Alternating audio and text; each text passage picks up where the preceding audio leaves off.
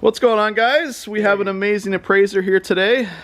My name is Jim King. I'm the owner, operator of Shogun's Gallery, Japanese Arts and Antiques. We've been in the business here in Portland for 38 years. We've had a store for 38 years, and I've been a licensed dealer of antiques in Japan for 38 years, where I have a license to deal in antiques. I go to Japan. I live 10 and a half years in Japan, and I go back and forth to Japan 3 or 4 times a year now, bringing containers back.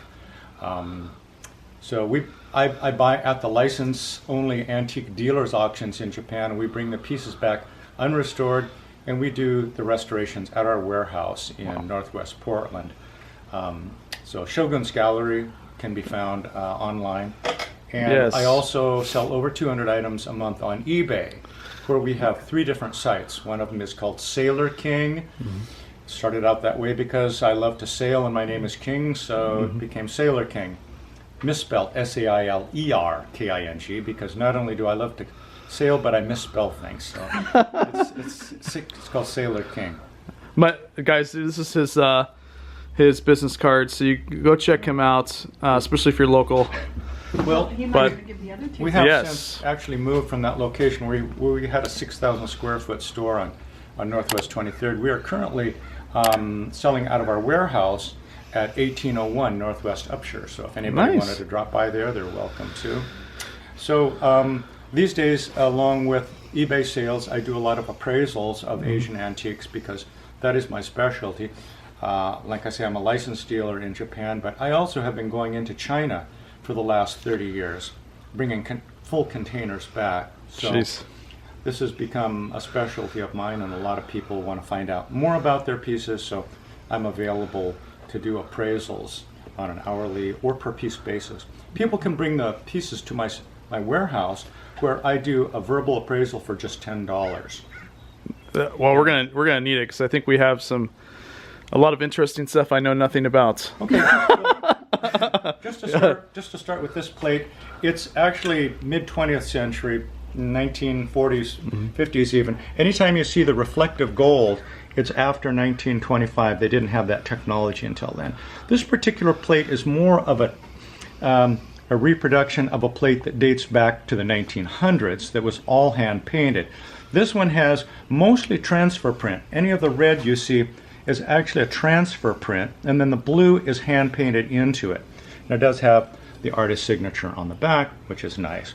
But a plate like this today would bring maybe $35, $40, because again, it is a fairly modern mid-20th century plate. The piece underneath it, on the other hand, that's a big piece, is actually Japanese, and it's got actually the name of the artist, which I can't read it. My wife, who's Japanese, does most of the translating for me, so she's not around. But this plate, in really good shape, actually dates back to the mid-1800s, maybe even a little earlier, 1840 to 1850. All hand painted. It has a Chinese theme on it, which is not not uncommon in Japan. All of the 8 immortals, or the gods of luck, as they'd call them, are surrounding the plate, and in the middle is a sort of a Chinese type of altar table. So a piece like this has a current value today of about $250. Wow. Retail might be less than that at auction, but around $250 for a plate like that, in very good shape. Wow. I actually did not think it was worth that much. Yeah. That's funny. The piece underneath it here is a more modern sort of appetizer tray, broken into 4s, and this one is all hand painted, but still it's more mid 20th century, 1950s or so, maybe even a little later. And this one, it has. Oftentimes you'll find what's known as shochikubai, pine, bamboo, and plum blossoms, which are the 3 elements of happiness. In this case, you find the plum, the bamboo. I don't see the pine, but we've also got chrysanthemums there. And like I say, all of the artwork is hand painted. It's, like I say, it's mid-20th century, so it doesn't really fall into the antique category. but still I'd put a replacement value of $40 to $50 on something like that. Again, auction level prices might go for about half of that. Yeah. Huh. This is interesting. This is one I wanted. Everybody was wondering about. Well, you've got a piece here that it's modern. Again, mid 20th century. Okay. It could be 1960s, 1970s even. It's a celadon plate with the dragon in the middle. Chinese. It does have an artist mark in the middle, and it's got some holes in it so it could be easily hung for display. Yep. It's more of a tourist art type of a piece that you'd find in Shanghai art emporiums. In Shanghai, I could probably pick up a piece like this for around $40 or $50. Huh. Here in the States, maybe you're looking at more like twice that or maybe 3 times that. So a plate like that would be retailing for about $150. Yeah, I think they did a lot of traveling, or he did. Mm-hmm. And then we have this. Now, I know what game this is, but some Mahjong? range different. Yes. I'm thinking Mahjong. Yeah. I just sold a Mahjong piece that I sold it on eBay, $500. But wow. It was more early 1900s with a rosewood case, and it was all in bone. Mm-hmm. Bone and bamboo is typically what the old ones are. This one is plastic, and plastic on plastic. In a set like this, maybe $20, $25. Okay, so nothing crazy then. No, and it's modern. It's Yeah. what I would consider modern. But a lot of the early ones, I've appraised over 100 Mahjong sets in my store. Everybody brings them in and said it was their aunt's, and it's made of ivory. Mm-hmm. Oh yeah. None of them were ivory. They're all bone. An ivory set could go for more than $5,000, $6,000. Wow. Have you seen one or no? Pardon? Have you seen an ivory set before? Only one, and that was in downtown Tokyo. It was a store that specialized just in Mahjong and Go sets, game pieces. And I have one. But this is known as a pie. Mm-hmm. Each piece is known as a pie, and they're done in different suits. You know, the winds, the circles, the bamboos, different suits. Just like a playing card has 4 suits. This is done the same way. But I have one pie or one piece that's in ivory, and so I'll put out those people that guarantee me they've got the ivory set. I'll put out a set of like 20 different pieces. Let's see if they can pick it. Choose the ivory one. Nobody can choose the ivory one. But it's fairly easy to distinguish ivory because it grows in a grid pattern. So if you look at it by the side, it has sort of a checkered or a chess grid on the side of it to pattern because it grows 3-dimensionally out. Whereas bone, you'll find a porosity, little pits in it, little holes. This is it, guys. This is why we have this amazing guy over here helping us out. All right, so what about this chest thing here? What do we got? This chest is a Korean reproduction. Oh, it's a reproduction? Well, it's probably 1950s reproduction. It's a copy of an earlier piece. If you open it up, you'll find all nail construction rather than wooden pin construction. The metal is fairly thin, industrially rolled, but then cut by hand.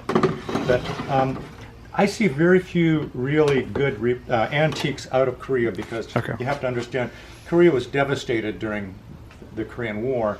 Everything was just gone. Unless it had been brought out before the war, chances are that it's not an antique, and this is a copy of an earlier piece, Korean, and I'd still put a value of probably $300, $350 on it. It's still not bad. I paid $350 for all this. Interesting piece. All right. Well, let's show the. Here's his business card again, guys. Let's show this bad boy. Okay. This is known as a byobu. A painted screen, and the typical ones in Japan are actually almost 6 feet high. They're 4'8" because that's about as tall as anybody grew. By about 12 feet long. They're always going to be 6-panel. Anytime you find something that's 4-panel, chances are it's going to be a reproduction, or a new piece. And these were made in abundance during the military occupation in Japan. Even today, they're still making them. But this one was probably made in the 1950s, and it's trying to imitate the gold leaf, where they'd lay sheets of gold leaf on it, and then they'd paint on the gold leaf. It's nicely done, and it's all hand painted. Chrysanthemums, a floral design.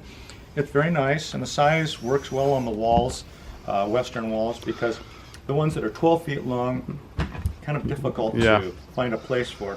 But a piece like this, because it is modern and there's quite an abundance of them, I'd put a value of around 300 to, it probably sold for $300 to $400 back in the 50s when somebody bought it during occupation, maybe in Japan. It's nicely done. Yeah, it seemed in pretty good condition too. Modern, yeah, it's in nice condition. All right, what else we got over here? Let's see. I was going to go back here and just go back to this piece here, which is actually something that we can actually talk a little bit more about. Nice. So, get a little more light on the subject. This is called a chadansu, or tea ceremony chest. It's Japanese, and the type of hardware can kind of date it. It's early industrial type of hardware, and some things they'll date it, telling you that this is solid rather than a veneer.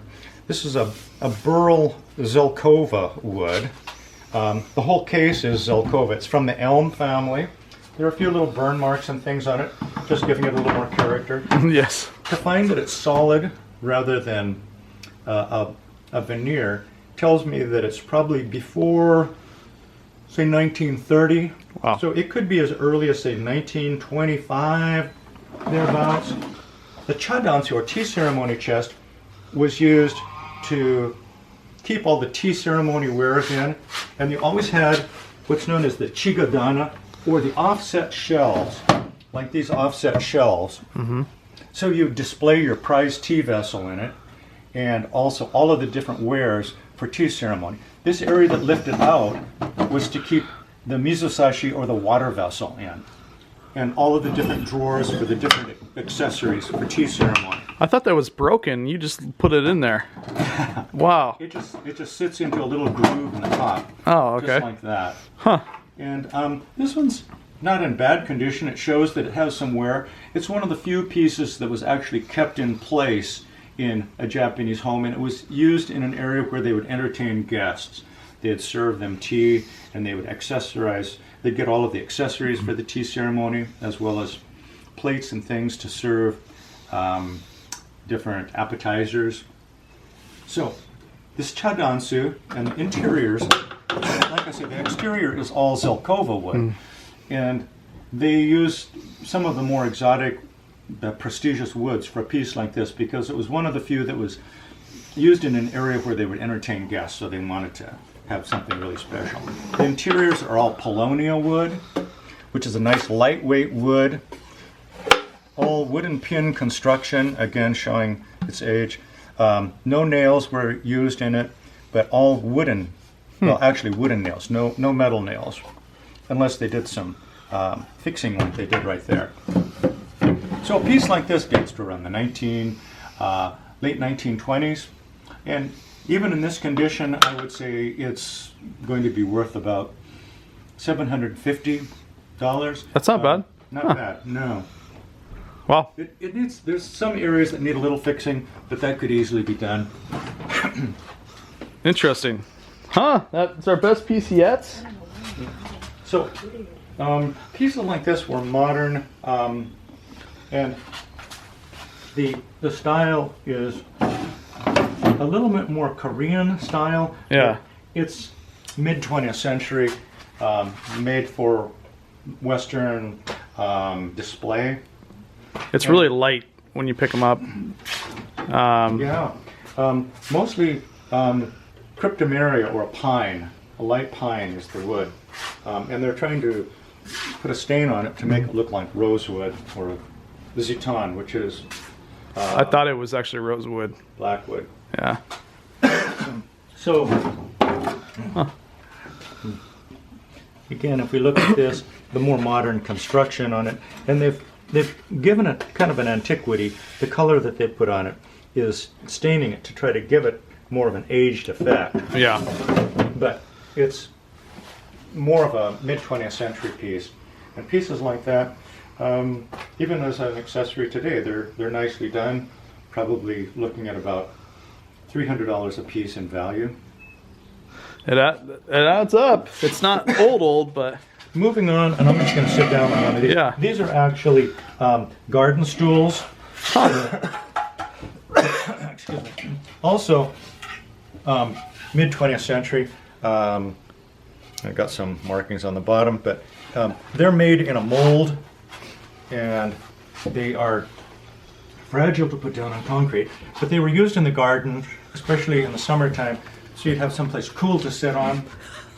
And I would say pieces like this have a value here, $250 a piece. Yeah, so they'd basically weed whack, or pull weeds and stuff like that. Any kind of gardening would be done on these, huh? Well, they'd use them in the garden, so they're called garden stools. Huh, interesting. This piece is a hibachi. It's Japanese from the Kyoto area. The Kyoto area hibachi had the lip that protruded, as opposed to the Tokyo style, which didn't have that lip but tended to be bigger than this.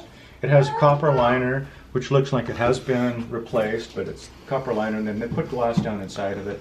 Originally it had a lip that came up around here as well, and what they would do is they would have half of it filled with a dense ash, and then the charcoal would sit on that ash, and it would disperse the heat around through it, and then they'd put probably a trivet or something on top of that, and a teapot there just to warm tea, warm the water for tea. It's got some drawers down below, and again, these drawers like that.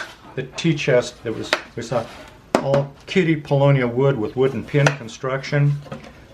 These copper handles, early industrial, date it to the early 1900s. So that's late Meiji time period, and it's got really nice dovetailed work all the way down.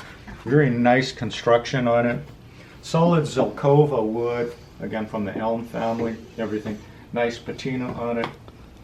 A piece like this, what I typically will do is make a base to bring it up to a side piece to make a more functional piece, because this was used in the Japanese home sitting on the ground on the tatami floor. So everybody is, if you can see them sitting next to it, it's the perfect level if you're sitting on the floor. But in the Western environment, it's just too low. So what I usually end up doing is making a base for something like this just to bring it up a little higher. Huh. Even so, it's in pretty good condition, nice patina, old, and I would put a value of around $250, maybe, yeah, about $250 on a piece like that. It's because this one I couldn't find a way to open the top up. Suction cup. Oh, is that what?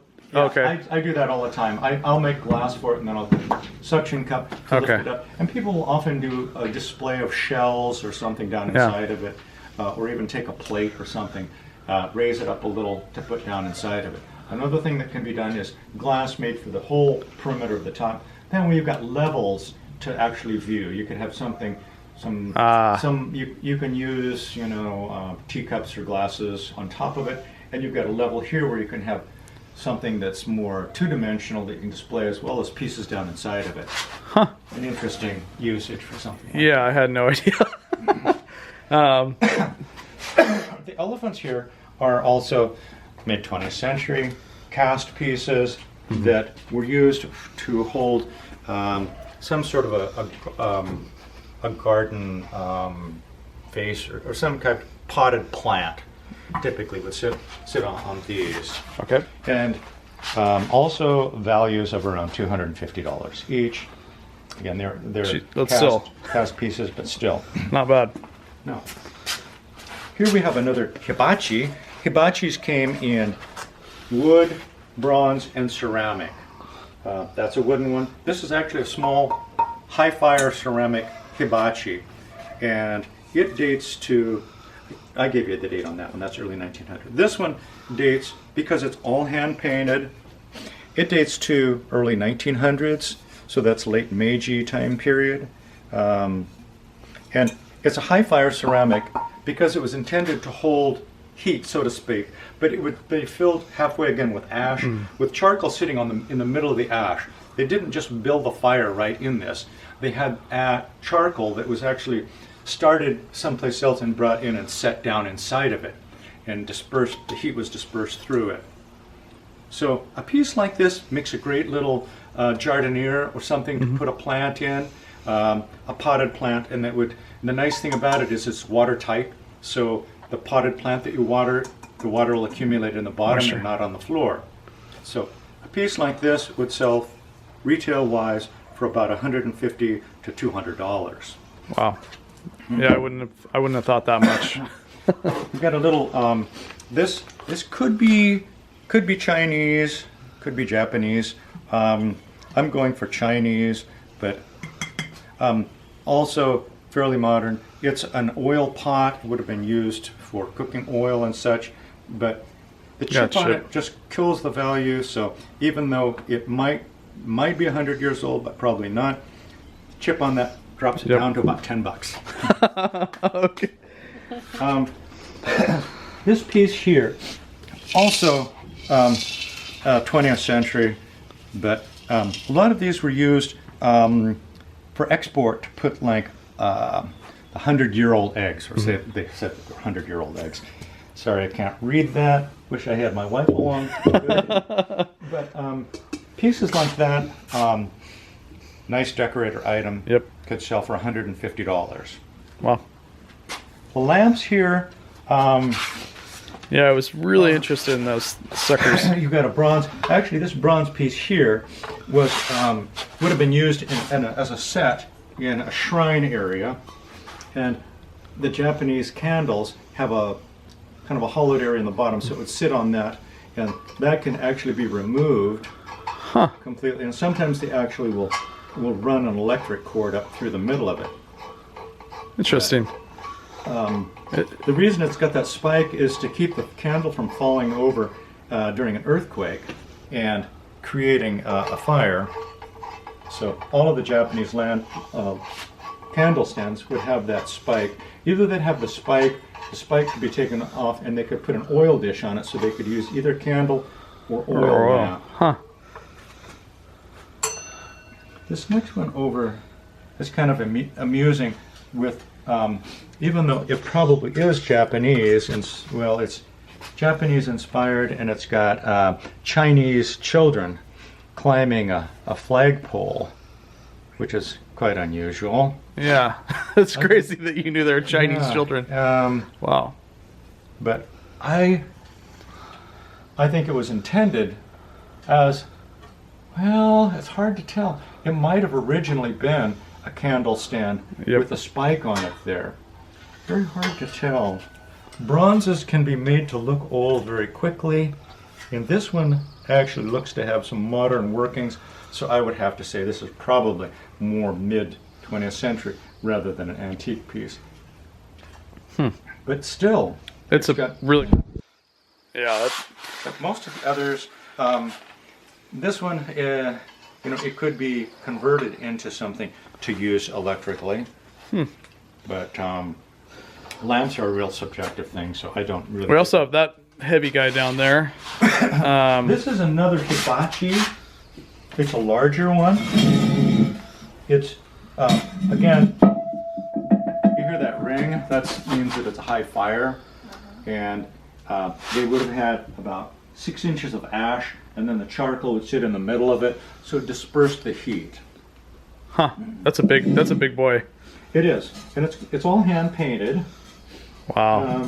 Mostly hand painted, although the border on the top is a transfer print. You can actually see where it starts and stops there.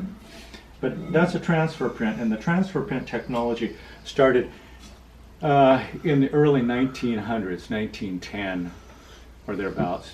So you'll see a lot of them after 1910, that transfer print technology. So this one dates after 1910. I would say maybe this particular color of blue, maybe more 1920s.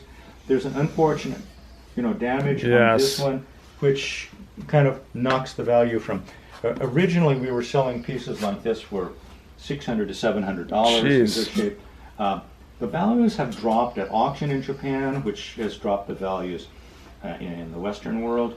But with that kind of a damage on it, it takes it down to about $50. Dang, yeah. It's still. I think I may actually keep that piece and plant something in it or something. It's a pretty cool. Yeah, it's kind of cool. Yeah. And it still looks like it'd be waterproof because the crack doesn't go down any further. Yeah.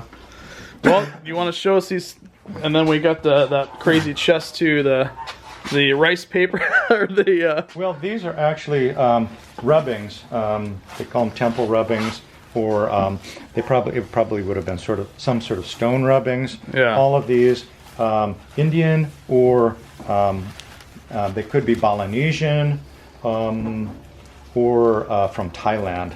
Is where you'd see these. This looks more Thai. My specialty is really Japanese and Chinese, but I identify the people here as more East Asian, Thai, or Cambodian, but probably Thai. Mm-hmm. And they're rubbings, and they could do countless numbers of them, so they don't really bring high value. Something like this could have been sold in Bangkok for $5 or $10 a piece, and they really aren't much more valuable than that. So not worth millions then. Not worth millions. Maybe $20 a piece. All right, and we still have that chest down there.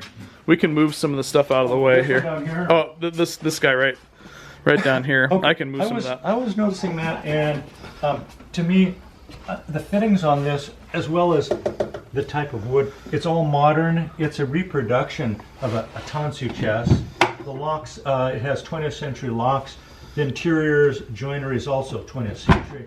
So it's a 20th century, and it could be probably mid-20th century, but and maybe even a little earlier. This style of pull-up handle is from started use from around 1930s. But the type of wood that this has, it's all modern, veneered. So I'd put a value on it maybe of $150 to $200. Okay, chests are hard for me to get. I get a lot of chests, not like this, but like treasure chests, and they're hard to sell. It depends a lot on the type. Like yeah. I've sold sword chests that are 200 years old for $2,500 that are smaller than this. I just sold one that's about a third this size for $2,500. Wow. That was a ship's chest. Ship's chests are some of the more valuable in terms of size. Yeah. Just because they're highly collected in Japan. Plus the age on them, many of them are over 200 years old. Wow, that's incredible. Yeah. I know that these probably aren't Asian, but the bamboo, do you know anything about those suckers? Are they 60s? They're Asian inspired. Yeah. It depends on whether they're, who made them. If they're Maguire type, they could be worth something. But typically, no, it's just Asian inspired, Western made. Could have been made in Asia. I actually started having some furniture made in China myself. Huh. When I first started going to China 30 years ago, I had a choice of over 1,000 stores that were huge. I mean, and we're talking warehouses full of thousands of pieces of antiques. But that's dwindled down from a couple thousand to 2. Wow. And of those 2, both of them are starting to make reproduction furniture because they can't find the antiques any longer. Yeah. So this is just an Asian-inspired piece that probably dates again to the mid-1900s, even those. And they're kind of interesting in that they sort of have an antiquity about them, just from the age of how people have been using them. You see the wear where people handle them. Yep. That kind of gives them a little bit more character, I feel. And I think even in spite of there being modern pieces and probably Western design, they could have been made in China, they could have been made in Philadelphia, I don't know. Huh. But I would say you're looking at about $75 a piece on the armchairs and maybe $50 a piece on the others. Yeah. What's this thing? This is one of the last things. That is it's a culinary piece, and I think there'd be a. It's like is the brass or? Yeah, it's brass. Sometimes there'd be a way of actually putting a fire in it and doing something, but probably on the bottom maybe. Comes apart. I can't identify either Japanese, Chinese, or Korean. I don't know. Yeah, it's really weird. And I don't know if it was made for the Western market, but it looks like sort of a culinary piece. They serve food somehow from it. Huh. Yeah. Well, I appreciate you. Thank you so much. This is I would say I paid $350 for the whole thing, all this. You paid $350 for everything. So And more. Well, and more. Yeah, we had so they had this chest full of silver and silver plated, and I think now that you were explaining, maybe a lot of it came for that. Like it looked like tea sets and stuff like that. I would have brought them, but it would took a year to go through it all. But yeah, $350 for this whole thing. So it was pretty incredible. Super deal. Yeah. Yeah. I mean, just that one. Yes. Tea chest over there is worth twice that. Well, one plate could have been worth it. Oh yeah, and I'm glad. I had no idea. Oh, that one came out of a different unit. Oh, It's actually got wooden pegs in it. It's got wooden pegs. It's heavy. It's really heavy. Sometimes when you look at a piece like this, you determine the age by what kind of hardware like this. You can see whether it's got Phillips screws, old screws, you know, that kind of the hardware might identify the age on it more than anything else. Yeah. Well, I appreciate you. Where can they find you again? Where can they find you? Well, they can find me at my warehouse, 1801 Northwest Upshur, Shogun's Gallery. Yeah, they can go online and see Shogun's Gallery also. I'm going to have to go over there and check it out. You should. All right, guys. Well, thank you so much. Thank you for coming. This was wonderful. Hopefully you enjoyed this. He's got a lot of knowledge. Obviously been in this a long time. What's your favorite food to eat in Japan real quick, and then we'll... Oh, my favorite food in Japan, sushi, of course. Sushi, yes. I love sushi. All right, guys. Well, thank you so much. I'll see you later. Until next time.